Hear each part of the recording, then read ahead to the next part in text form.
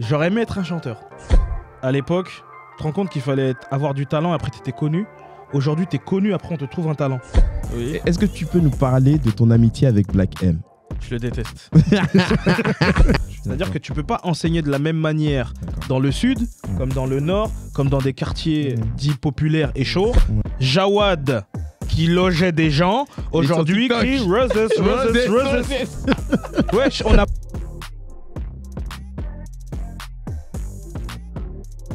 Alors Bayou, ou devrais-je dire Ibrahima, tu es Alex Hitchens. Ouh là là! Bien évidemment, je ne parle pas du masculiniste qui vend des formations de séduction à des ados prépubères, mais bien le héros du film Hitch. Tantôt routier, tantôt comédien, tantôt danseur, tu surfes sur l'actualité avec humour, mais surtout avec amour. Tiens, parlons de l'amour, tiens. Tu crois qu'on ne le voit pas, ce sourire plein de malice et ces yeux rieurs qui charment tous ses cœurs à chacune de tes vidéos? Wow. Puis en vrai, le séducteur n'est-il pas celui qui comprend le monde, mais surtout celui qui donne de la joie et de la bonne humeur? Bienvenue à toi, Bayou. Sacré intro. Hein. Il fallait que je te place, il fallait que je te mette bien dans les bonnes conditions. J'aime bien. J'aime bien. C'est rare qu'on me fasse des intros comme ça. Hein. Ouais, c'est un peu notre marque de fabrique à nous, le Dansez-vous. Comme tu connais, j'ai grandi avec culture des films des années 90, 2000, manga et tout ça. Donc j'aime bien faire un parallèle comme ça avec les invités qu'on a. Et je trouvais justement que ça te caractérisait bien parce que en ce moment, on est beaucoup sur l'image et toutes ces choses-là. Et on oublie des fois que être naturel, faire rire les gens, c'est ce qu'il y a de plus beau. C'est vrai. Après, déjà, merci pour tout ça. Ouais. Merci, c'est cool, ça fait plaisir. Ouais. C'est pas tous les jours qu'on me sauce comme ça. Au moins comme ça, tu vois, t'as ton tapis rouge et tout ça, tu vois. Sympa. Merci mon gars, c'est gentil. Alors, on va parler de différentes choses, dont ton enfance. Moi, j'ai envie de savoir qu'est-ce que ça fait de grandir dans la cité de l'espoir à Montreuil. Waouh, t'as bossé toi. Mais on bosse toujours bien. On reçoit les invités comme il faut. Gars. Ah ouais, t'as sorti le nom de la cité carrément. Waouh. Purée. Waouh, ok. Cité de l'espoir à Montreuil. Très bien, enfance, tu connais, hein, quartier, on est tous ensemble, noirs, blancs, arabes, chinois, juifs, musulmans, chrétiens. Il n'y a pas d'histoire de on n'est pas ensemble. On est tous ensemble et on se connaît tous jusqu'à aujourd'hui et ça ne bougera pas en fait. Là, j'ai failli faire une Marine Le Pen. Mais est-ce que tu es né en France ou tu es né à l'étranger? Je suis né en France, à l'hôpital intercommunal de Montreuil. Donc, t'as les papiers, c'est bon chez vous, les gars. Il a les papiers, je suis français, les gars, putain. Je suis français. Qu'est-ce que je dois dire d'autre? Je suis français. Il a intégré. Donc, on sait que tu as des frères et sœurs. Ouais. Ouais, t'en as combien? Tu peux nous dire un peu? Alors, on est 5, je suis le dernier. Ouais. Et j'ai mon grand frère aîné qui est décédé il y a... ça va faire 20 ans bientôt d'ailleurs. Paix à son âme. Waouh. Paix à son âme. Et fratrie de 5, en mode... comme une fratrie, tu connais, ça se vanne, ça se clash. Justement, j'allais venir sur ça. Forcément, quand tu connais, comme on est en plus, surtout dans les grandes familles, tu vois, et grandes familles africaines. Tu sais, tu as toujours ce côté un peu, je taquine mon frère et je l'embête. Ouais. Est-ce que tu vois, quand tu étais entre frères et sœurs, le fait de pouvoir se protéger sans forcément se battre, parce que bien sûr, ça arrive, les bagarres entre frères et sœurs, mais se protéger en vannant l'autre. Tu vois, il y a les petites sessions comme ça. Est-ce que ça t'a pas aidé un petit peu à être ce que tu es aujourd'hui? Quand j'étais jeune, moi, je pouvais pas vanner parce que je me faisais défoncer déjà. Donc il y avait forcément, quand t'es le dernier, pas de vanne possible. J'étais le dernier. Et en plus, moi, c'était, je me cachais derrière mes darons en fait parce que j'avais pas le choix. Ouais. Et en plus, j'ai 2 grands frères et c'était les 2 grands frères aînés. Donc après, j'ai des sœurs au-dessus de moi, mais non, je peux pas. C'est tout de suite, tu vas voir papa, maman. Et le plus grand, c'est un frère ou c'est une sœur? Grand frère. J'ai 2 frères au-dessus, après 2 sœurs et ensuite il y a moi. Est-ce que, tu vois, quand on est petit, un peu, on est là à être émerveillé par ses grands frères, ses grandes sœurs. Est-ce que ton grand frère, un peu, c'était ton modèle? Alors, celui qui est parti, oui. vraiment, parce qu'en plus, bizarrement, mais vraiment, c'est très chelou, j'ai pris un peu sa voix quelque part. Ah ouais? Ouais, parce que, en fait, là où c'est ouf, c'est que lui, il est décédé, c'était en Martinique, en 2005. Et en fait, il travaillait dans les centres de vacances, genre Pierre et Vacances, etc. Ouais, et en fait, quand il y a eu toute cette histoire et de ça, il y a une collègue à lui qui est venue et il nous avait donné à l'époque des cassettes vidéo. Et en fait, dans le centre de vacances, il faisait des pièces de théâtre. D'accord. Et lui, en fait, il était un peu dans l'humour, etc. Il faisait Donc voilà, tu vois. Et en plus de ça, à l'époque, il avait fait de la télé, il avait fait le Big Deal, genre il y a archi longtemps, tu vois. Et je me dis, mais quelque part, j'ai suivi un peu ce qu'il faisait. Ouais, parce que dans ta famille, tes parents, tes darons et tout ça, ils étaient pas trop. Mais jusqu'à aujourd'hui, je crois qu'ils captent pas ce que je fais. Hein. Comme beaucoup de familles africaines. Jusqu'à aujourd'hui, il y a des gens qui viennent qui disent je l'ai vu là, j'ai vu ci, j'ai vu ça, les voisins, les tantes, les oncles. Mais en vrai, je crois que des fois, ils me voient à la télé en mode il est là, ce guignol là. T'as encore droit à ta question de plus tard, mon fils, tu feras ça. Ouais, mais maman, je fais ça, c'est mon travail. Sur la tête de ma mère, que ma daronne, des fois, elle me dit mais tu veux pas chercher un travail?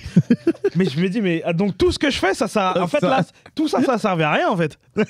T'as envie d'avoir le support un peu de. Non. C'est ce truc-là de. Mais ils le disent pas à toute la famille, à tous les oncles, les tantes, etc. Mais quand je vois les oncles et tout, ils sont fiers. Ils disent, j'ai vu ton fils là, il a fait ci, il a fait ça. Mais quand tu te réduis à, mais va chercher un travail. Mais c'est une dinguerie en fait, on s'en rend pas compte, mais c'est ouf. C'est ouf. C'est pareil, même chez nous, même moi, là, pas longtemps. Moi, je suis danseur professionnel depuis un temps. Et là, on essaie de développer le média Le Dansez-vous. Ma mère, là, il n'y a pas longtemps, elle me dit ouais, Charlie, tu veux pas faire chauffeur de bus? Et je lui dis maman, j'ai un métier là, de quoi tu me parles? C'est une dinguerie. J'ai un métier. En plus, j'ai fait des études. Je lui dis si je dois faire un métier, je ferai en fonction de mes études. Pourquoi tu me parles de chauffeur de bus? Sans que je ne dénigre pas le chauffeur de bus. C'est juste pour dire que c'est pas ma formation initiale. Oui, mais en fait. alors des charges, c'est qu'eux ils sont arrivés en France. Ouais. Un travail, c'était tu te lèves très tôt le matin, tu vas charbonner, tu rentres le soir, t'es fatigué, tu rentres, tu dors. Et moi, comme t'as dit, j'étais routier, c'est-à-dire que je me levais à des heures pas possibles, des 3-4 heures du matin, je rentrais, je faisais des siestes. C'était ça le travail pour eux. Aujourd'hui, me lever à 10h, 11h, rentrer à je sais pas quelle heure, dormir à je sais pas quelle heure et dire oui, je vais travailler, je vais en tournée. Pour eux, mais c'est pas ça un travail pour eux. C'est tu te lèves, tu fais ton travail, tu rentres chez toi. Ça, c'est un boulot. Parce qu'eux, ils ont la notion du sacrifice de je me lève tôt, je rentre tard. Voilà. Oui, il a bien fait son travail, il a contribué à la société, donc ça le fait. Et c'est pour ça qu'aujourd'hui, quand j'ai ce genre de réflexion, je comprends. Parce que eux, ils sont arrivés, ils ont dû charbonner 10 fois plus, parce que c'était des étrangers, parce qu'il fallait qu'ils s'intègrent, etc. Donc aujourd'hui, avec le monde actuel, les nouveaux métiers, ils peuvent pas comprendre. C'est normal. C'est des anciens. Hein. Donc, tu es plus jeune que moi. Il est plus jeune que moi, les gars. Ah ouais, il a dit qu'il avait 22 ans. Il a 22 ans. 22 ans donc, moi, il est plus jeune que moi, j'ai 25 ans. Ah ouais, j'ai 25 ans. Donc, il est plus jeune que moi, mais je pense qu'on a grandi à une même période, la période de Salut les musclés du Club Dorothée. On a eu cette période-là, on a eu cette période phase de pop culture et tout ça. On voulait notre anniversaire au générique. Voilà. On n'a jamais eu d'ailleurs. T'as appelé? J'ai appelé, j'ai jamais eu. Mais non, t'as lâché. Tu sais pourquoi j'ai jamais eu? Pourquoi? Parce que je suis né en août. Forcément, il tournait pas pendant ces moments. Il y a pas. Les gens sont en vacances. Faut rappeler pour les jeunes qui nous écoutent que le Club Dorothée, etc., est le concept du générique en fait en réalité. Parce qu'il y en a plein qui. Alors en fait, pour expliquer à ceux qui ne connaissent pas, aujourd'hui vous avez de la chance de voir des mangas sur Netflix, de mangas sur Intel. Nous, au début, on avait la 5 et après il y a eu TF1 et il y a eu le Club Dorothée. Et le Club Dorothée, c'est là où on a découvert tout ce qui est manga. D'ailleurs, et puis c'était le matin. Hein. C'était le matin. Aujourd'hui, vous avez des mangas toute la journée à pas d'heure. Nous, à partir, il fallait qu'on se lève à 8h, 9h et on voyait notre Dragon Ball Z. C'était avant d'aller à l'école, en fait. Exactement. Juste avant d'aller à l'école. Et on courait à midi aussi pour pour moi, enfin, quand j'étais au collège, je courais pour aller regarder des BZ Ouais. sur MCM à l'époque. Il y avait ça aussi, diffusé sur Je MCM. courais chez moi. Et du coup, il y avait le générique à la fin où tu pouvais appeler, tu donnais ton nom et t'apparaissais dans le générique Tu à la faisais fin. escroquer, tu payais des appels super chers. Après, tes parents, ils voyaient la facture, ils disaient... Mais il y avait 100 000 blazes surtout. Il y avait des blazes de ouf. Fallait que tu cherches de ouf dans les trucs. Putain, c'est ouf. Moi, des fois, je regardais et j'avais pas payé, mais je regardais juste s'il y avait mon nom quand même, tu vois, histoire de. Au cas où. Ouais, au Comment cas il où. peut avoir ton nom si t'as pas Bah, parce payé? Alexis, il peut y en avoir plusieurs. Mais il peut avoir un homonyme. Oui, c'est vrai, C'est c'est vrai, c'est c'est vrai. facile. Moi, à l'époque, il n'y avait pas trop de Charlie. D'ailleurs, Ouais. je me rappelais, je voulais m'appeler Charles parce que je trouvais que ça faisait bon genre. Bah, aujourd'hui aussi, je pense. Hein. Non, sauf que maintenant, je ne veux plus m'appeler Charles. Ah ouais, Charles. Donc, on a eu un peu toute cette pop culture. On a eu les films des années 80 à 90. Et encore plus, nous, il n'y avait pas autant de films, entre guillemets, c'est pas communautaire, mais il n'y avait pas autant de représentation des communautés comme maintenant. Quasi pas, même. Donc, et c'est là où je veux en venir, en fait, parce qu'il y a eu les fameux flics de Beverly Hills, les Police Academy et tout ça, et toutes ces choses-là. Mais il y a eu le flic de Beverly Hills. Eddie Murphy a été notre héros. Est-ce que New toi, York. Prince à New York et tout ça, tous ces classiques. Est-ce que Eddie Murphy t'a inspiré un peu? Franchement, je pense qu'il a inspiré énormément de gens, ce mec. Mais bizarrement, la personne qui m'a le plus inspiré dans mon humour, dans mon jeu, dans plein de choses, c'est Martin Lawrence. D'accord. C'est Martin Lawrence, clairement. D'accord. Et même, il y a des gens qui me trouvent des similitudes avec... Bon, de toute façon, moi, on me trouve des similitudes avec tout le monde. Hein.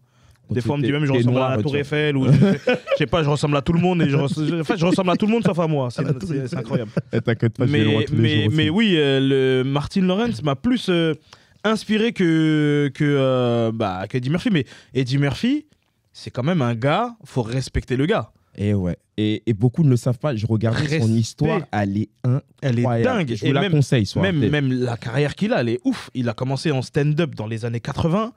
Il a fini bankable pendant je ne sais combien d'années aux États-Unis. Quand tu regardes Professeur Folding, le gars joue je ne sais combien de rôles. Non, il a réalisé très vite en fait. Ah, non, il a compris très vite qu'il fallait être son propre chef pour pouvoir réaliser, un génie. Pour réaliser ses propres films. Parce que c'est vrai que nous aussi, on a connu les films de Louis de Funès aussi. Oui, bien sûr. Les Louis de Funès et tout ça. Et c'était les films auxquels on s'identifiait. Mais quand il s'agissait de films où on voulait voir des Noirs sans être représentés par Giant Coucou, tout mon respect pour Giant Coucou, c'était ce genre de film. Giant Coucou. Wow. Mais du coup, comment t'es arrivé à la comédie en fait en réalité? Je sais pas. Comment je suis arrivé? Comment t'es passé de... Je pense que tu faisais de la comédie, tu faisais Héroutier et tu faisais de la comédie, mais comment ce truc il arrive en toi? C'est plus ou moins accidentel, hein. C'est plus ou moins accidentel parce que avec le temps, tu te dis, bon, j'ai envie de faire ça, mais bah déjà, nos parents, ils sont à l'opposé de ça. On est dans un endroit, comme tu as dit, j'ai grandi à Montreuil, à la Cité de l'Espoir. J'ai archi pas quelqu'un qui me connaît, enfin qui connaît le milieu de la télévision, ni même le milieu des médias, ni même le cinéma. On est vraiment à l'opposé de tout ça. Donc non, c'était vraiment accidentel. C'était que à l'époque, quand j'étais routier, j'étais avec un pote souvent au téléphone avec qui j'étais au lycée de base et on travaillait dans la même boîte de transport. Et ça veut dire on s'appelait tous les jours. Tous les jours, on s'appelait. Et moi, quand je livrais beaucoup les chantiers. Je transportais beaucoup des engins de chantier. Et en fait, dans les chantiers, bah, t'as des Renois, t'as des Rebeux, t'as beaucoup de Portugais, t'as des Antillais, etc. Donc ça veut dire que moi, à chaque fois que j'arrivais, il y avait des gens avec des accents différents. Et comme j'étais constamment au téléphone avec lui, j'imitais ces gars-là. Tu vois ? Et moi, j'ai toujours eu ce truc un peu drôle, que ce soit à la télé, que ce soit à l'école, dans la vie de tous les jours, dans mon quotidien en fait, tu vois. Et il me disait mais gros, fais un truc et tout machin. Je dis ouais, je sais pas. Et il me disait fais des vidéos. Et je commençais à faire des vidéos par-ci par-là. J'ai un autre pote en parallèle avec qui j'ai grandi, avec qui je faisais des vidéos. Et nous, ça a pris de notre côté avec mon pote Florian, avec qui j'ai grandi.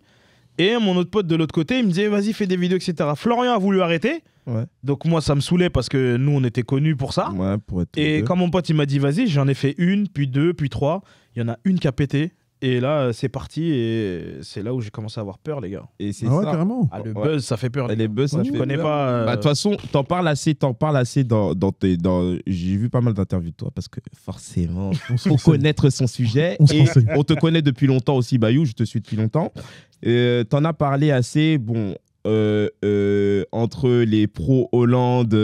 Exactement. Les pro-Hollande ou entre les pro-Sarkozy. Ouais, Et bon, tu diras même, t'en parles assez, que le fils de Sarkozy t'avait envoyé un De ouf. message, t'avais envoyé un message et toutes ces choses-là. Et je pense que de toute façon, à partir du moment où on devient une personne publique, parce que tu l'as été, à partir du moment où tes vidéos font des millions de vues, parce qu'ils ont fait des millions de vues, forcément, bah, les gens te voient comme une personne qu'ils connaissent, comme qui côtoie tous les jours. C'est vrai. C'était le début de l'influence, là, du coup? En tant qu'influenceur, on peut t'appeler influenceur à cette époque-là. Influenceur. Aujourd'hui, il est. Enfin, je sais pas, c'est bizarre. Il Moi, est j'aime biaisé pas ce mot aujourd'hui. influenceur, mais. Ouais, il est biaisé, déjà, Ouais. ça c'est sûr.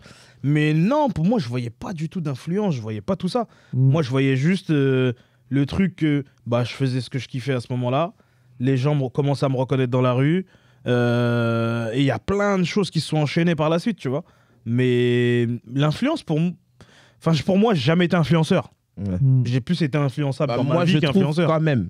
quand même, parce que tes vidéos, toi, Ahmed Silla, parce que c'est un peu les mêmes, tu sais, les vidéos un peu comme ça, tu te mets en scène, mais de manière un peu caricaturale et tout Tu as commencé ça. quasiment en même temps, d'ailleurs. Ouais, bah, c'est pour ça que je dis ça. Toi, Ahmed Silla, même Issa Doumbia et tout, un peu toute cette génération, vous avez apporté ce vent de fraîcheur où vous mettez en scène, mais de manière sans se prendre la tête. Ouais. Sans se Spontané. prendre la tête. Et moi, j'ai une autre question, parce que forcément, on a de l'influence, on est jeune, on est jeune. Bah, j'ai Comment 22 ça se j'ai que passait 22 quand tu ans, marchais dans la rue, quand tu marchais dans la rue et qu'on s'appelle Bayou et qu'on passe devant les gens, comment les filles te voient? Alors, c'est très bizarre, c'est que jusqu'à aujourd'hui, je piste les gens qui me pistent. C'est très chelou. Hein. Ah ouais? Mais j'arrive à voir, par exemple, là, je marche, Ouais. il y a quelqu'un qui est loin, Ouais. j'ai capté qui m'a capté. Ah ouais? Mais vraiment, c'est très chelou, hein, ça peut faire bizarre à dire. Hein. Ouais. Mais aujourd'hui, tu captes les gens qui t'ont capté. Et quand tu arrives à la hauteur de la personne, Ouais. soit il y a plusieurs réactions, la Ouais. personne, elle va pas te déranger, elle va te regarder, elle va sourire. Soit il y a le gars ou la personne qui va faire « Ah, ça va ou quoi ?» Genre, tu sais, t'es T'es son pote. T'es son pote, mais toi, tu le connais pas, mais lui, il te voit, donc il y a ce truc-là. Ou sinon, t'as le relou. Ouais. Le relou, Ouais. relou, mais après, ça reste quand même Mais cool. après, alors là, nous, on a des vidéos à te montrer. Ah ouais? Bien sûr, tu les connais, mais c'est parce qu'on aimerait que tu en parles. Tu vois, on aimerait que tu en parles. Et donc, on va mettre la première vidéo à l'écran. Hop. Ça marche toujours bien. Ça marche toujours bien. toujours, les gars. Oh putain. Waouh. Merde. Bon, comme vous pouvez le constater, vous avez vu un glow-up incroyable. Parce que je sais pas qui est ce gars-là. Hein. Le mec en gris, là, c'était qui lui? En fait, hormis le fait que tu sois avec Monsieur Tombola, Sagalov et tout ça, que vous étiez un trio, et t'en parles assez dans les interviews, t'en parles assez. Moi, ce qui m'interpelle là, c'est que tu rappes. Tu vois? Parce que là, on a fait un fast-forward, on a bien avancé. Est-ce que un jour, tu as voulu être rappeur aussi? Non, rappeur, non. Là, c'était vraiment pour le délire, mais rappeur. Oui, rappeur. Ah, faut avoir les épaules, les gars. Rappeur, faut avoir les. Non, par contre,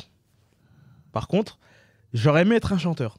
D'accord. Un jour, on a eu un débat avec un pote. Ouais. On s'est dit, c'est quoi le mieux, être entre chanteur, remplir des salles, genre grosses salles, ou être footballeur ou acteur.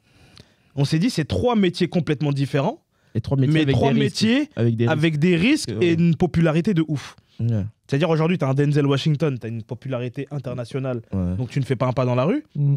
Un footeux, bah, c'est la même chose. Ah, Mbappé peut pas marcher. Il peut pas marcher dans la rue. Ouais. Et un Michael Jackson ou autre, un Drake par exemple, il ne marche pas tout seul dans la rue. Mais c'est quoi le mieux entre les trois? Moi, d'un côté, je me suis dit, ça pourrait être chanteur. Chanteur parce que ta carrière peut pu être plus longue. elle peut être plus longue. Mais plus courte aussi. Oui, mais moi, c'était plus dans le truc où mais on était dans un concert et je dis, mais c'est un truc de ouf. À un moment donné, j'ai mis pause et je regardais les gens, je dis, mais tout le monde chante son son, en fait. Ce que tu crées, en fait. L'émotion que tu crées. Ouais. Quand t'es au cinéma, personne va parler, dire tes répliques. Tu vois, quand t'es footeux, personne, oui, non, parce que, par exemple, tu peux retenir les répliques et... oui, mais à l'échelle de 20 000 personnes, non. C'est pas pareil. Tu vois, c'est pas pareil, je suis d'accord avec ça. Donc, toi, tu choisirais quoi, toi? Chanteur. Chanteur. Ouais, chanteur, c'est hypé de fou, les gars. Chanteur, Et toi les gars. Ouais, chanteur. Bon, moi, je suis obligé. Je chantais à une époque, donc chanteur. T'as chanté, toi? J'ai chanté, donc forcément chanteur, les gars. Chanteur, mais chanteur, j'aurais forcément du succès, parce que chanteur, t'as pas du succès. Ouais, non, arrête. Non, mais même si t'as pas de succès, tu prends ton petit piano comme ça, là, même, tu vois. Après, il y a des chanteurs qui sont très, très talentueux, qui n'ont pas le succès. Oui, et c'est pour ça. Après, quand même, si t'es footballeur professionnel, même à petite échelle, t'as quand même une sécurité qui est là si tu es malin. Ouais, mais au-delà de l'argent, bah, quand t'es footeux, les gens traînent avec toi pas pour les bonnes raisons. Aussi. Tu vois? Parce que quand tu penses footballeur, tu vois tout de suite oseille. Oui, c'est vrai aussi. Direct. Alors là, on va faire deuxième réaction. James Brown.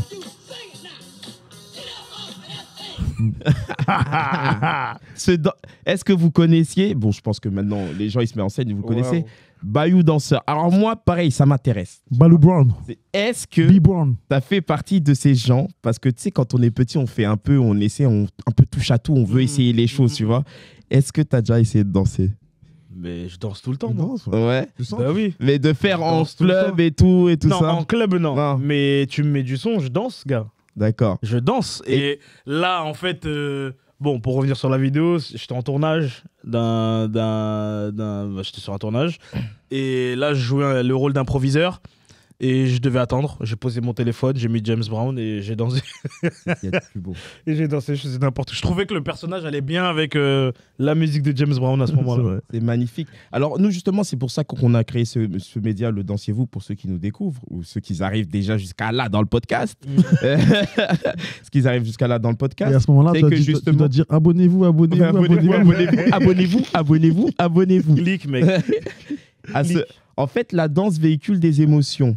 Et toi, et véhicule des émotions, et ça, peu importe que l'on soit danseur professionnel ou pas, mais c'est une émotion. Est-ce que quand tu fais ça, pour toi, c'est un moyen de donner ta bonne énergie, de la transmettre? Évidemment. Après, la danse et la musique, ce qui est bien, c'est que ça te rappelle tout de suite des souvenirs. Ouais. Et ça débloque tout de suite un truc de souvenirs dans ta tête. T'as un son, tu te dis putain, je me rappelle de ce son, ça me rappelle cette époque-là, etc. T'as comme la danse, etc. Ça te rappelle des périodes, bah forcément tu danses sur du son, donc ces trucs-là te rappellent quelque chose.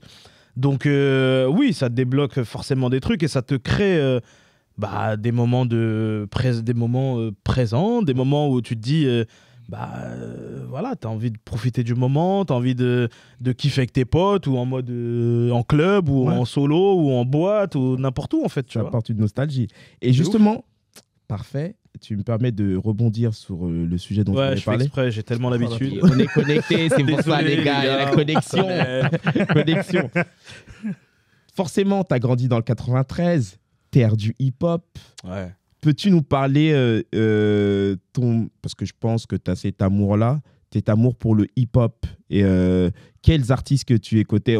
Bon, il y a eu NTM, il y a eu Le Général, il y a eu Mac Taylor, il y a eu d'autres artistes qui étaient là, Fianso et tout ça. Bon, après Fianso, on a été connus un peu plus tard. Qu'est-ce que tu écoutais quand tu étais plus jeune? Moi, j'avais l'influence de mes frères, donc c'était en rap Quinry, c'était du Biggie, Tupac, etc. Tout ça, les Nas, vraiment à l'époque, Gino Wine, 112, aux États-Unis. En France, c'était du Oxmo, c'était 113, c'était Mafia Quinfri, c'était Booba et Ali à l'époque, c'était le Raluciano, c'était tout ce qui est Funky Family. Mais en fait, c'est riche, c'est riche de ouf. À l'époque, on avait beaucoup de gens, en fait, on s'en rend pas compte. Mais moi, j'ai écouté vraiment de tout. Vraiment de tout. Et que ce soit de la musique rap, généraliste, même aujourd'hui, tu me dis du rock, ou je ne sais même pas comment on peut appeler ça. À l'époque, les Kyo, les trucs. Nous, notre époque était plus... parce qu'à la radio... moi après c'est différent, j'ai grandi en province, mais vous avez grandi à Paris. Mais même en ayant grandi à Paris, les radios hip-hop sont venues plus tard. Sont arrivées plus tard, donc forcément on écoutait des choses plus généralistes. On pouvait écouter du Nirvana. De ouf. Et la house, on a écouté l'époque Dance Machine et tout ça. Ah ouais, non, c'est franchement. Après, la radio, il y avait la radio, mais t'avais les clips à l'époque aussi, tu vois, MTV, machin. Ouais. T'as fait tout ça. T'as fait partie de ceux qui ont eu MTV. J'avais, parce qu'on avait le câble. Toi aussi, t'as trafiqué. On avait le câble. Ce qui est intéressant à chaque fois à souligner, c'est que de notre génération, c'est beaucoup nos frères, nos grands frères qui nous ont influencés, parce qu'il n'y avait pas Internet en fait en réalité. Non. Et du coup, c'est intéressant que du coup, on écoutait ce que nos grands frères écoutaient. C'est ça. Et après, peut-être plus tard, après, on découvrait. Parce que moi, c'est la même chose. C'est mon grand frère qui m'a fait découvrir toutes ces musiques. Comme il était sur IAM, j'écoutais IAM, etc. Tu vois. Ouais, c'est ça. Et IAM, j'ai oublié IAM. Ouais. Alors... oui, mais à l'époque des booms déjà. Ouais. Quand on faisait les booms, quand on était plus jeunes, c'était les booms, les gars. On dansait des slows. On dansait des slows, waouh. Putain. Alors, forcément, t'as une certaine visibilité. Après, tu t'es retrouvé dans différents événements. Est-ce qu'il t'est arrivé de rencontrer des personnes que tu appréciais dans la musique quand tu étais enfant et de les voir plus tard? Plein. Pas que de la musique d'ailleurs. Ouais. Et quelle a été ta plus belle rencontre? Tu t'es dit, ah, il est comme je le pensais quand j'étais enfant. Franchement, il y en a plein. Ouais. Sincèrement, pour ne pas oublier des gens, je vais ne citer aucune personne, mais il y en a plein. Il y en a plein.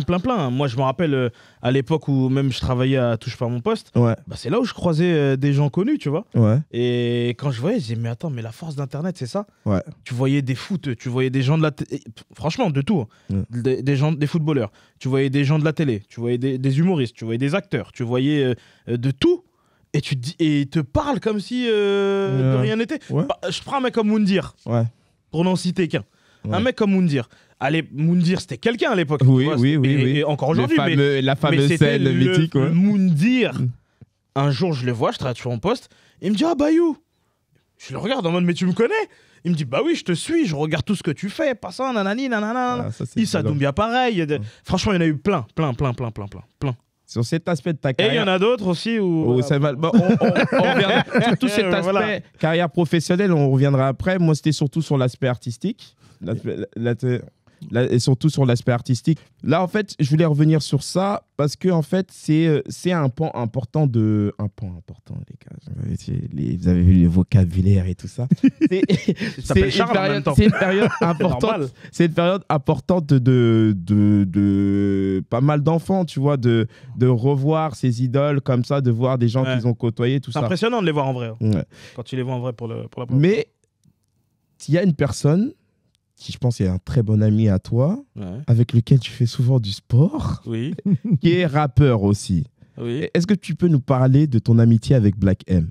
Je le déteste. Je ne l'aime pas, les gars. Je le déteste. C'est un mauvais mec. Je vous le conseille pas en tant qu'ami. Je vous le conseille pas en tant qu'artiste. Un but de sa personne. Ça restera au montage. Hein.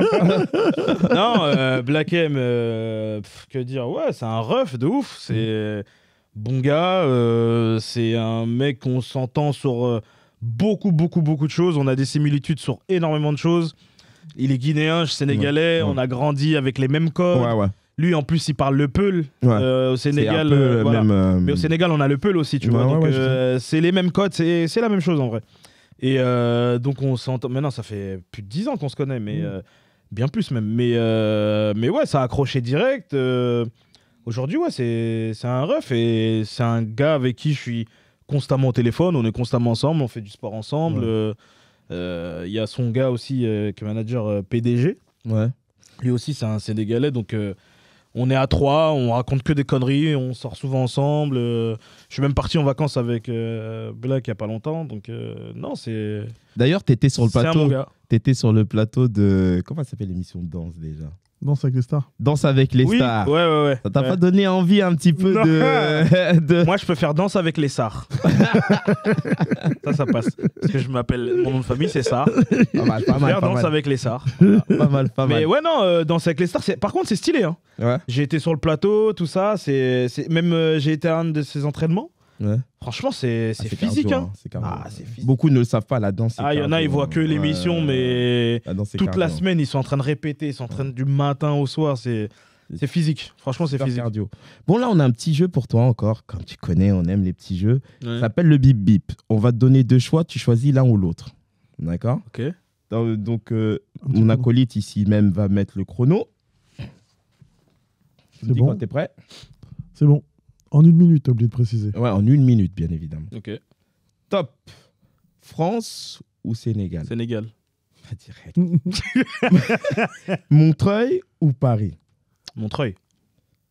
Instagram ou TikTok? Insta. Stockholm ou Prague? Pourquoi Stockholm ou Prague? Prague parce que tu sais, on était ensemble et tout. Je croyais Mais qu'il pourquoi allait dire Stockholm? Prague. Stockholm parce que tu y étais aussi. C'est vrai. Bah, Prague, parce qu'on s'est connus là-bas. Voilà, tu vois, Voilà. c'est ça, je cherchais moi. Là. Essaye de se T'appelles placer. Comedy Club ou Montreuil Club? Comedy Club, pardon. Montreuil Comédie, parce que c'était ma toute première scène. Carlton ou Will Smith? T'es dur. T'as vu, j'ai bugué carrément. Carlton. C'est à 8 ou confession intime? Sur un team 10 fois. Daniel, je sais pas comment ça se dit, OWG ou OG. OG ou Tonio Life? Non, là, je peux pas, les gars. non. C'est le game! Non. Je vais faire après. Non. Tonio OG. Aziz Boudrar Non. ou Omar Dio? Non, Dernière question. Non, les gars. Non. Ça, c'est non. Entre Aziz Aboudrar et Omar Dio, c'est non. Je ne répondrai pas à cette question. Je ne veux pas de discorde, même si je choisirais Omar Dio et Aziz Aboudrar. Non, je peux pas, les gars. Impossible. Donc là, ok. Et donc il a échoué au jeu, hein, je tiens à préciser. Non, j'ai pas échoué, mais là, c'est un dilemme de ouf, les gars. Donc là, on va passer justement sur cet aspect dont on voulait parler, carrière professionnelle et tout ce pan-là. Ok. Tu parlais dans une interview de Madame Martin. Ouais. Madame Martin Mais qui... toi, là, en fait, Oui. tu regardes bien, hein. Ouais. Je C'est travaille, dingue, hein. cher ami, je suis Waouh. professionnel. Ok. Je suis professionnel. Donc, Eh ben, dis donc. Oui, Madame Martin. prof Madame de maths au Martin lycée. qui avait vu un petit peu en toi cette patte-là, cette patte de comédie et toutes ces choses-là. Mhm. Tu veux nous raconter vite fait comment c'est passé?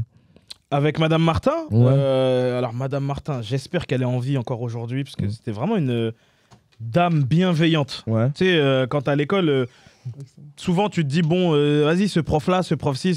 Mais en fait, avec le recul, tu te rends compte que ces gens-là, ils voulaient que ton bien. Ouais. Et Madame Martin faisait partie de ces gens qui voulaient ton bien. Ouais.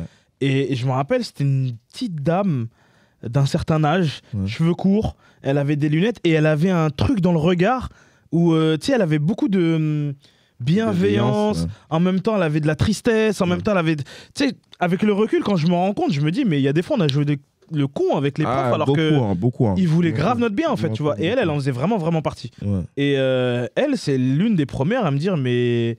Tu sais, c'est la première dame qui m'insultait, mais t'es con, putain.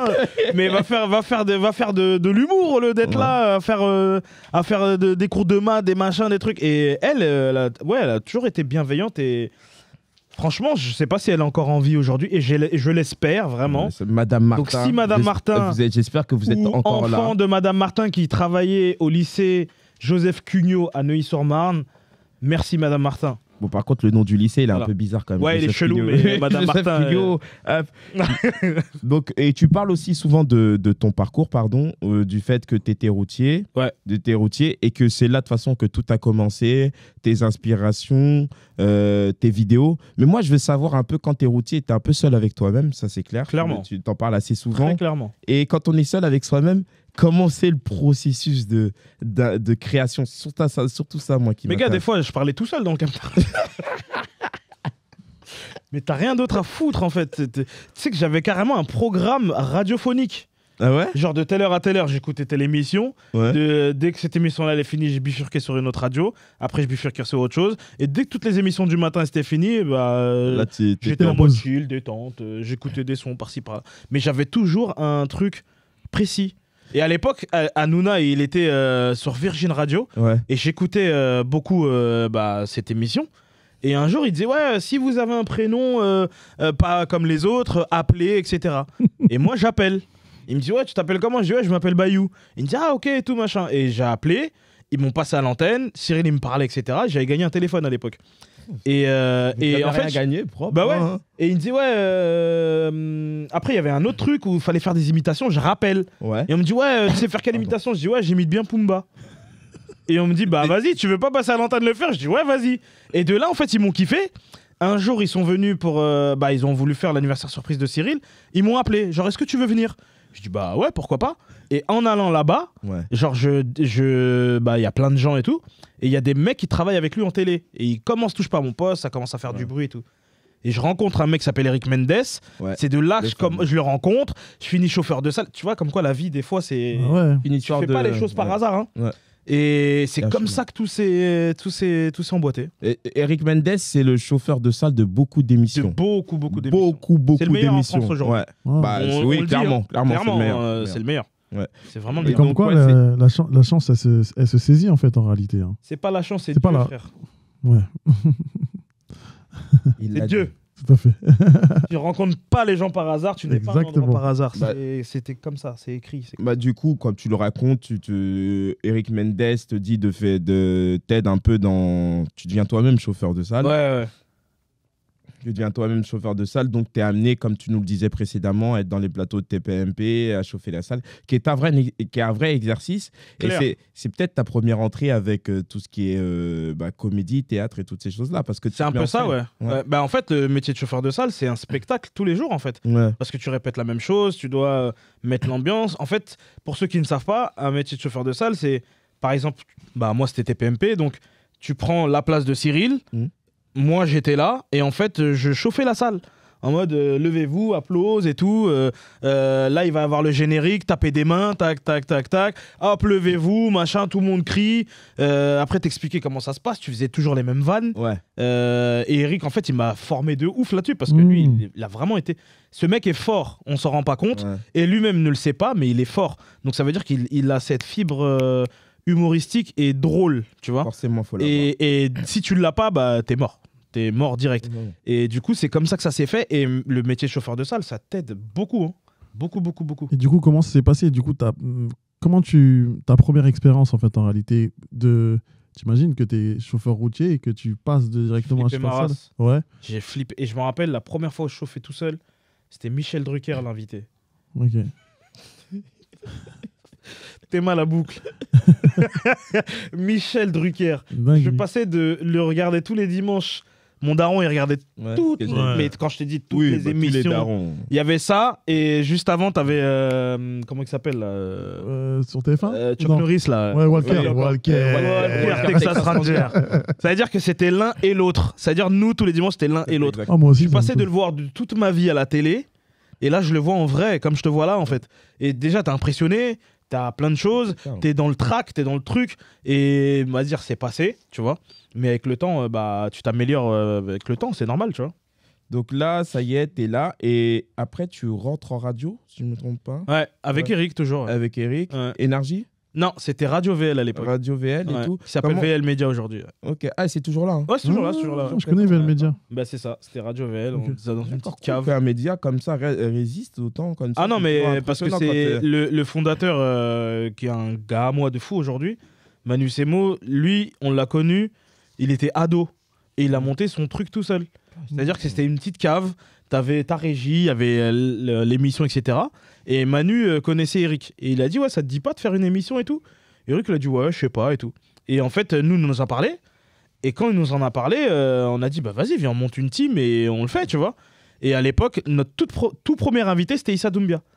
Et en fait, comme il m'aimait bien et moi que je l'aimais bien, je lui ai posé la question tout bêtement. Et il m'a dit, vas-y, je viens. Et il est venu. Et après, on faisait ça tous les mardis. Un peu comme nous avec Bayou qui vient donner de la force. Exactement. Bah oui, parce que ça part comme ça, les gars. On se fait jamais seul. Et si je peux donner de la force, je donne. Comme on a pu m'en donner. Et comme on m'en donnera par la suite et ainsi de suite. Demain, ce sera toi qui donneras la force à quelqu'un d'autre. Inch'Allah. Je te le souhaite. Mais indirectement, tu donnes la force, là. Oui, ouais. Bah oui. Donc, mais du coup, radio, VL Média et tout, comment ça se passe en termes de temps horaire et tout ça? Comment tu... Tous les mardis, on faisait 21h... non, 21h30, 23h. parce qu'on sortait de TPMP, on bombardait direct là-bas. C'était dans le 14e. Et ouais, on faisait 21h30, 23h. 21h15, 23h. Et du coup, c'était tous les mardis. Tous les mardis de toute l'année, on a fait ça. Et après, on voulait faire ça 2 fois par semaine, mais c'était un peu compliqué. Donc, Et ensuite, tu intègres Énergie. Ensuite. Un jour, Eric n'est pas là. Ouais. Je présente l'émission de radio. Ouais. On reçoit Aymeric Bonnery qui venait tout juste de sortir de Secret Story. Et Aymeric donc, Bonnery. Il avait fait Secret Story à l'époque. Il venait tout juste de sortir de l'émission. Genre, c'était vraiment tout récent. Et nous, on le reçoit en mode, voilà, il vient de sortir, raconte toute une expérience et tout et tout. Le mec dit, putain, je kiffe le truc de la radio. Moi, mon kiff, ce serait faire de la radio et de la télé. Et donc, moi, je le mets en relation avec Manu Semo. Ouais. Manu lui dit, vas-y, si tu veux faire une émission, go. Ouais. Là, il ramène plein de gens. L'émission avec Eric s'arrête. Moi, je réintègre l'émission d'Aymeric. Ouais. Et de là, lui, il était sur Énergie 12, il commence à présenter et tout ça. Énergie l'écoutait en douce. En soum, tac. De là, on a fait un pilote chez Énergie et on a quitté de Radio VL pour aller dans une radio nationale. J'en viens à cet épisode parce que, hormis le fait que tu as travaillé avec Énergie et tout ça, tu travaillais avec quelqu'un, en fait, c'est pour venir sur, entre guillemets, qui a été un petit échec, entre guillemets, parce que tu travailles avec une personne qui a essayé de te bloquer dans ta carrière.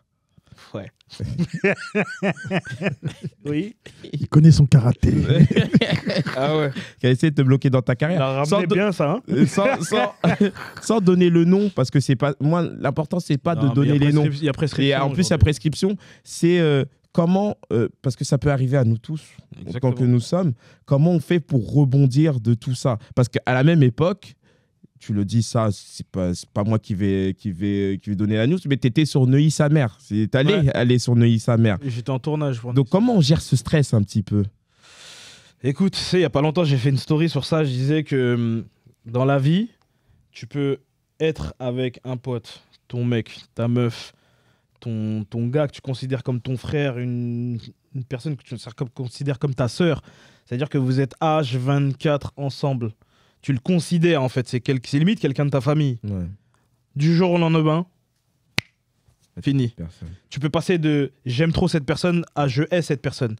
Moi, je suis pas dans haïr les gens parce que ça y est, on est des adultes maintenant. Mais c'est le cheminement. En fait, pour faire court, j'étais avec un producteur qui est sénégalais comme moi. Au début, très cool, très bon délire, dans le même état d'esprit.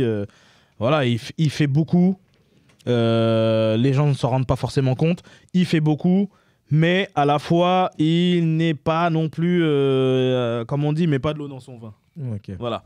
Donc, nous, plusieurs fois, on a essayé de lui dire, on a essayé de lui faire comprendre. Mais tu connais, c'est un ancien un peu. Lui, c'est comme ça, c'est pas autrement. Il y a des moments où on lui faisait comprendre, donc il comprenait, mais c'était toujours, c'est moi, j'ai le dernier mot. Donc, avec le temps, comme je t'ai dit, on était en trio. Il s'est passé ce qui s'est passé, on s'est séparés les trois contre notre gré finalement. Mais voilà, cette même période là, je suis sur Énergie. Un matin, début d'après-midi, je pars pour aller à Énergie. Mon gars Aymeric m'appelle pour me dire, gros, il y a ton gars qui vient d'appeler. Je dis, quel gars? Il me dit, ton gars là, avec qui t'es? Et j'arrive à Énergie, je monte dans les étages. Et là, il y a un des boss d'Énergie, je sais même plus c'était qui. Il me dit, ouais, on a reçu un mail de ton producteur qui nous dit comme quoi tu es signé avec lui en exclusivité, donc tu n'as pas à faire d'antenne. Et il m'a dit, écoute, nous on connaît, donc gère ton truc. Voilà. Et en sachant que moi, j'avais voulu arrêter avec lui, sauf que lui ne voulait pas. Alors qu'il y avait juste à dire, écoute, fais ton chemin, je fais mon chemin. Et ça, tu avais signé un contrat, c'est pour ça. J'avais signé un contrat de 5 ans. Et par contre, contrat très dur et à la fois très chelou. Mais moi, je veux m'en séparer. Là, ça me parle d'avocat. Je dis, mais on n'est pas dans ça, en fait. Viens, on discute, viens, on arrête et point final. On n'est pas dans ça. Encore cet aspect mais même, familial. On n'est pas dans ça. Nous, on n'est pas dans ça. Tu me parles d'avocat. On n'est pas dans ça. Donc, du coup, moi, il me bloque. Je l'appelle. Là, bon, je ne vais pas dire ce que j'ai dit parce que ça ne se dit pas. Et du coup, juste là, j'enchaîne avec Neuilly-sa-Mère. Dis-toi, j'ai dû me cacher. Ouais, ça, tu racontes. J'ai dû me cacher pour le tournage de Neuilly-sa-Mère. T'avais community manager qui faisait des stories, etc. Je me cachais. Des fois, j'étais derrière des gens. Et jusqu'au jour où l'affiche, elle sort, je suis sur l'affiche. Le Real, il me dit mais en gros là va falloir que à un moment donné tu arrêtes de te cacher en fait. T'es sur l'affiche, t'es dans la bande-annonce, t'es dans le film. Donc je dis vas-y. Il me dit vas-y, écoute, si jamais il y a un truc, moi je gère les arrières et tout. Il m'a dit t'inquiète, mon avocat c'est Dupond-Moretti. J'ai dit bon bah. Si vous avez Dupond-Moretti les gars, il y a zéro souci. Et donc du coup bah voilà, j'ai envoyé, c'est passé ce qui s'est passé, mail, blocage, machin. Sauf que ça l'a pas fait. Mais alors qu'à la base tout était cool, on était censé être des refs, ça se passait bien, il y avait des bons délires, c'était cool. Chacun, on a le droit aussi chacun de vouloir faire notre vie aussi de notre côté, tu vois, sans vouloir. C'est pas parce qu'on est ensemble tous les jours que tu fais ta vie que je vais devoir t'en vouloir. C'est la vie, c'est comme ça, on est des humains. Il y a plusieurs projets. Voir l'argent. Il y en a, ils sont axés sur ça. D'accord, c'était important qu'on parle de ça parce que, surtout quand on est dans les métiers artistiques, on ne se prémunit pas forcément de tout ça et on pense qu'il suffit qu'on soit là et hop, on est dans un engrenage. La confiance aujourd'hui ne fait pas tout. C'est-à-dire que je ne peux plus faire confiance aux gens juste aux paroles aujourd'hui. C'est-à-dire que je peux avoir ta confiance, mais ça ne joue. Il n'y a pas que ça en fait. Il y a la confiance et il y a les actes. Il y a les mots et il y a les actes. Ça veut dire que tu peux avoir tes mots, mais tes actes vont être complètement différents. Comme tes actes peuvent être très chelous, mais les mots peuvent être grave bizarres. Enfin, tu vois, il n'y a pas que la confiance. Ça veut dire qu'aujourd'hui, même quelqu'un qui veut se lancer ou autre, quand tu signes un contrat, juste fais attention, regarde bien les choses. Protégez-vous. Protège-toi, regarde bien. Avocat. Aujourd'hui, je te dis, il y a prescription, ça veut dire même demain, je le vois dans la rue, je vais lui dire bonjour. Lui, est-ce qu'il veut te dire bonjour? Ça, c'est pas lui, il me dit pas bonjour, c'est son problème. Mais moi, dans l'histoire, c'est moi qui ai empathie dans ce truc-là. Moi, demain, je le vois, je lui serre la main. Je suis respectueux quand même, un minimum. On m'a éduqué comme ça. Alors là, on a un autre jeu. Tu connais, on aime les jeux, on aime toutes ces choses-là. Ça s'appelle le « et si ». Ça, par exemple... Je dis une bêtise, et si tu devais aller au cinéma avec un acteur ou une actrice, tu vois, c'est ce genre de choses. Alors, si tu devais aller manger avec un burger, avec quel acteur ou quelle actrice irais-tu? Un burger? Ouais. Je sais pas, Pierre Ninet. Ok. Je sais pas, il est cool. Ouais, il a l'air sympa. Il a l'air sympa. Cool, d'ailleurs, j'ai regardé, il y a une de ses séries qui est sortie il y a pas longtemps, magnifique. Ouais, non, mais lui, c'est masterclass. Lui, hein. C'est sur il est en fait, il réalise un film et. Mais oui. Il y a rien qui va. Il y a rien qui va. Et super série. Si tu devais aller en soirée avec un acteur ou une actrice, avec quel acteur ou actrice irais-tu? En soirée, pour se taper Jean-Pascal Zadi. D'accord. Si tu devais aller en date avec un acteur ou une actrice, on est en 2025, les gars. Avec quel un acteur? Ça va pas ou quoi? avec date avec une actrice. Oui. Avec quelle actrice irais-tu? Adèle Exarchopoulos. Il a bien choisi. Ouais. Franchement, ouais. Tu vois, il a très bien choisi. Il est dégoûté, carrément, il est dégoûté. Tu peux pas choisir quelqu'un d'autre. Adèle. Ma chérie, je t'aime, hein, mais Adèle, elle est là quand même. C'est Adèle, hein, c'est pas mauvais. Hein. Ouais, on est d'accord. Si c'était la fin du monde, tu as le droit à un appel. Quel acteur ou quelle actrice appelles-tu? Ma mère, parce qu'elle a été acteur de ma vie. Allez hop. Acteur et rôle principal. Et il dure, hein. Tu as un casting et tu dois avoir une tenue. Quel acteur ou quelle actrice appelles-tu pour te conseiller? J'ai un casting, je dois appeler un acteur ou une actrice. Pour ta tenue, pour qu'elle gère ta tenue. Donc, il faut quelqu'un qui ait du flow un peu déjà. Ouais.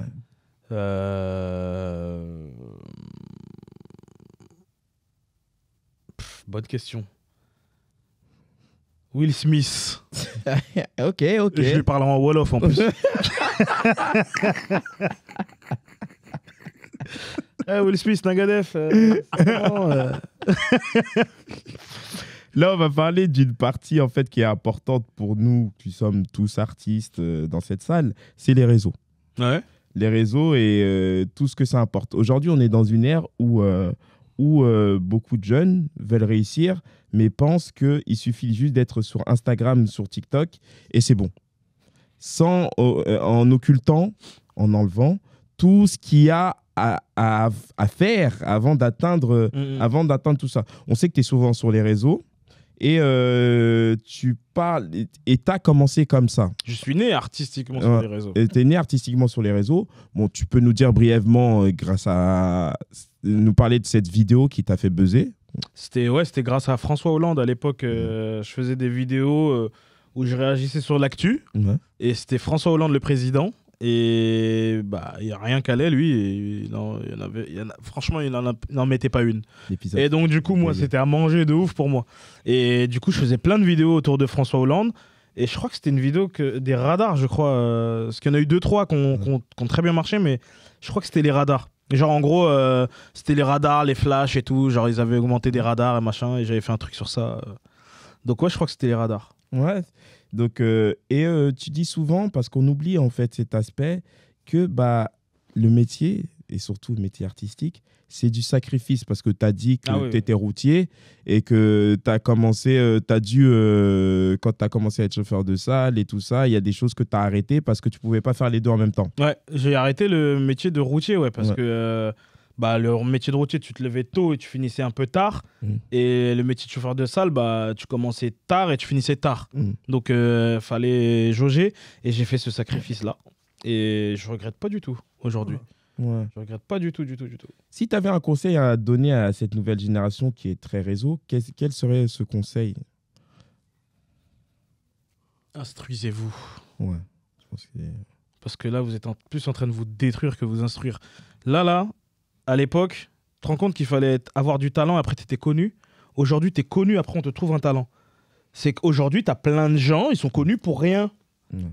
Jawad, qui logeait des gens, aujourd'hui crie Roses. Ouais, on a popularisé des gens comme ça. Comment j'ai bugué quand j'ai vu cette vidéo. En vrai, venez, on en parle, c'est une dinguerie. On popularise des gens comme lui. Des gens comme des... Vas-y, c'est mieux, je peux et cette vidéo, j'ai bugué. Non, mais j'ai rien contre ce gars. J'étais sur TikTok, j'ai fait non. Roses. J'ai rien contre lui, ça doit être un bon gars peut-être, je sais pas, je le connais pas. Bon, un bon gars. Non, mais j'en sais rien. Peut-être que pour certains, c'est un bon gars. Ouais. Mais moi, j'ai rien contre lui. Mais les gars, venez, on se concentre. Venez, on arrête de donner du crédit. En fait, juste venez, on remet la honte au jour là. Et tu penses il y en a, ils ont plus honte en fait. Parce que il y en a, ils ont plus honte. Et pour toi, quelqu'un qui perdure, c'est parce qu'on est dans une ère où tout est fast. Est-ce que quelqu'un qui perdure, c'est quelqu'un qui a un contenu assez efficace et assez... Ça passe par le travail déjà. Ouais. Parce qu'il y en a beaucoup, comme tu disais, pour rebondir sur ce que tu disais tout à l'heure, tu perdures avec le taf. Ouais. Et aujourd'hui, tu deviens connu et tu es connu grâce au travail. Parce qu'il y en a plein, ils sont là-haut, mais... que ce soit sur les réseaux, que ce soit dans l'acting, que ce soit dans la chanson, dans le foot, dans ce que tu veux, il y a du boulot en fait. Tu t'entraînes, tu travailles, tu écris, tu fais. En fait, il faut faire. Tu n'arrives pas comme ça du jour au lendemain. Tu travailles, après il y a des gens qui croient en toi, qui te prennent, qui te tirent, qui te mettent, tu vois. Mais tu n'arriveras jamais comme ça. C'est-à-dire que s'il n'y a pas un minimum de travail, en fait, tu peux faire ce que tu veux, ça ne marchera pas. Ou alors ça marchera, mais bien plus tard. Il y a le travail et il y a le temps aussi. À un moment, il y a une phrase que tu aimes dire, le temps, c'est l'ami du juste. Exactement. Et le temps, c'est l'ami du juste. Est-ce que pour toi, en fait, ça veut dire qu'il faut savoir accepter les sacrifices et parfois être dans des pentes descendantes, si juste s'y accrocher, s'accrocher, ne pas lâcher? Mais s'accrocher, mais même moi, je suis passé par des périodes archi creuses. Mais creuses, t'as peur, hein. Mais tu t'accroches. T'as pas le choix de t'accrocher, en fait, parce que t'es dans le truc, en fait. Ça veut dire que t'as pas le choix de te dire, bon, là, ok, il y a eu ça, maintenant il y a ça. Comment faire pour passer de ça à retourner là où j'étais ou encore plus haut? Tu veux toujours viser plus haut, on est en général. Donc là, ça passe par des doutes, ça passe par beaucoup de doutes. Beaucoup de doutes où tu te dis, vas-y, j'arrête, je continue, tu sais pas. T'as ton entourage, qui, si t'as un bon entourage, ils vont t'entourer bien en général, donc ils te donnent des vrais et bons conseils. Et t'as aussi le fait de sortir les mains de tes poches et dire, bon, vas-y, je vais au charbon, en fait, tu vois.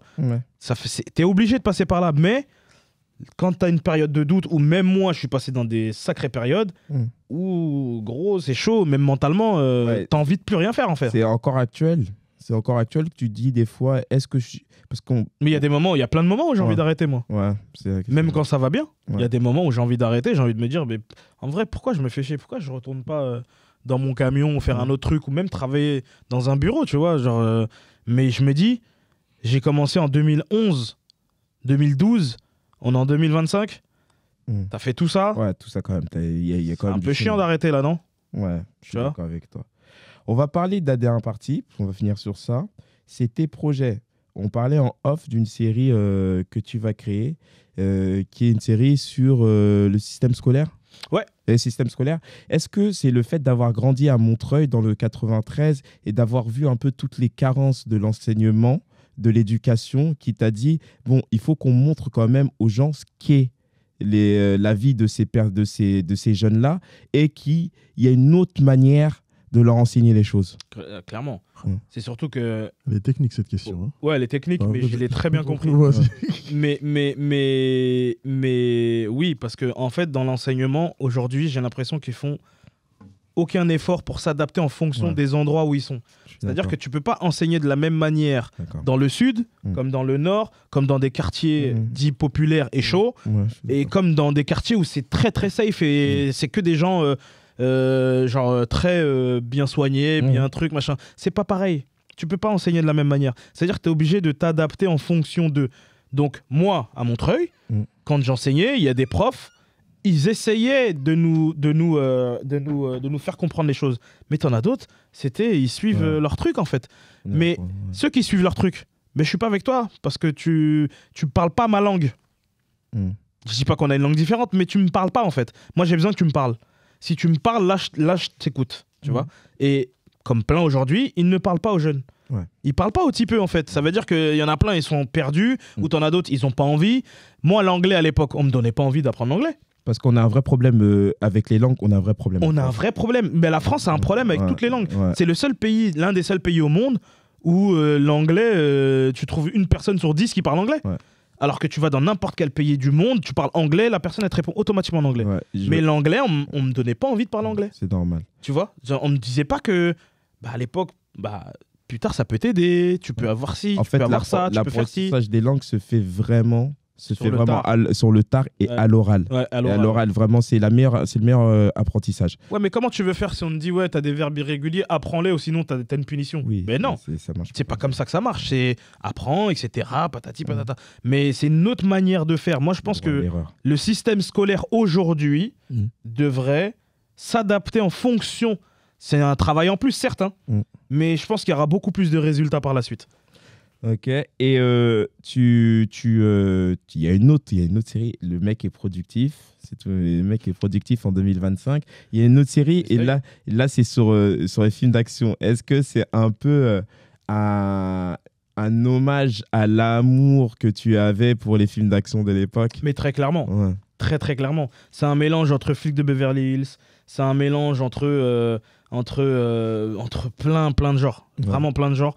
C'est vraiment une comédie d'action qu'on a fait avec Oumar Diaw justement et un très bon pote à nous qui est un putain de réalisateur, je pèse mes mots, qui s'appelle Hadj Ali Menad. D'accord. Et du coup on a créé ce truc à 3. Et voilà, là on a terminé le montage il y a pas longtemps. On va essayer de le vendre.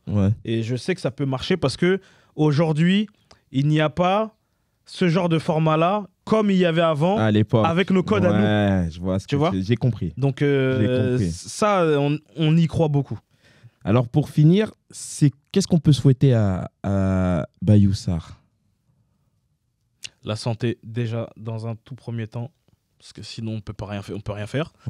Et je sais pas, que ça marche pour moi, que ça marche pour nous, qu'on soit tous heureux, qu'on vive de notre passion, qu'on arrête de se tirer dessus, qu'on s'entraide, qu'on s'unisse, qu'on avance en fait, tu vois. Ce que je souhaite pour moi, je le souhaite pour vous tous, je le souhaite pour tout le monde. C'est-à-dire que s'il y a un truc pour toi, je serais content comme si c'était pour moi, tu vois.